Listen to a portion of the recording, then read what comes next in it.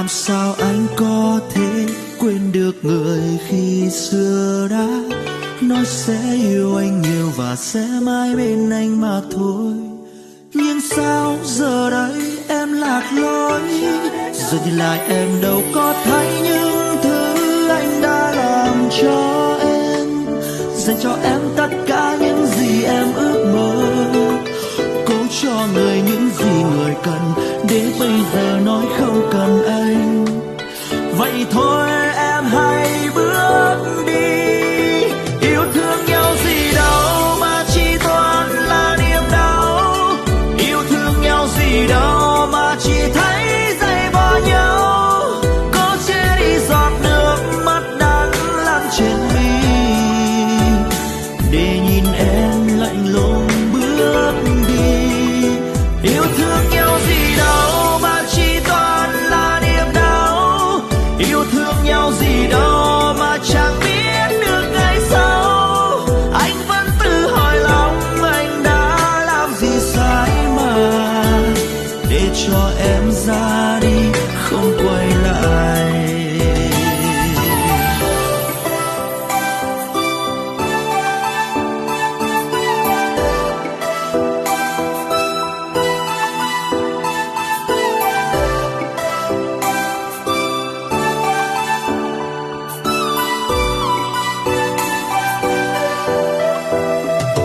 Từng ký ức, từng kỷ niệm ùa về trong anh, làm sao anh có thể quên được người khi xưa đã nói sẽ yêu anh nhiều và sẽ mãi bên anh mà thôi.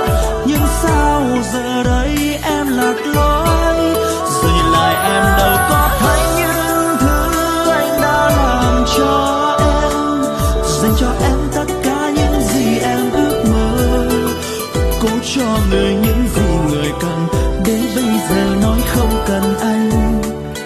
Vậy thôi em hãy bước đi, yêu thương nhau gì đâu mà chỉ toàn là niềm đau, yêu thương nhau gì đâu mà chỉ thấy dây bỏ nhau, cố che đi giọt nước mắt đắng lăn trên mi, để nhìn em lạnh lùng bước đi.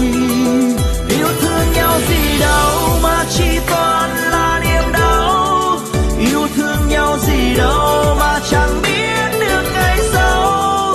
Anh vẫn tự hỏi lòng anh đã làm gì sai mà, để cho em ra đi không quay lại.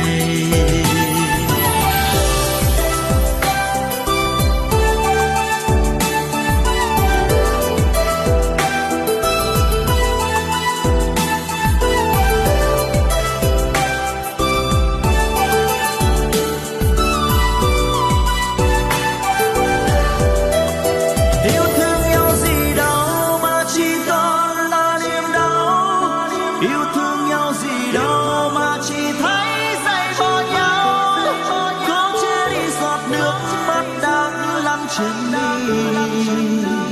để nhìn em lạnh lùng bước đi. Yêu thương nhau gì đâu mà chỉ toàn là buồn đau, yêu thương nhau gì đâu mà chẳng thấy được ngày sau. Anh vẫn tự hỏi lòng anh đã làm gì sai mà, để cho em ra đi không quay lại. Anh vẫn tự hỏi lòng anh đã làm gì sai mà,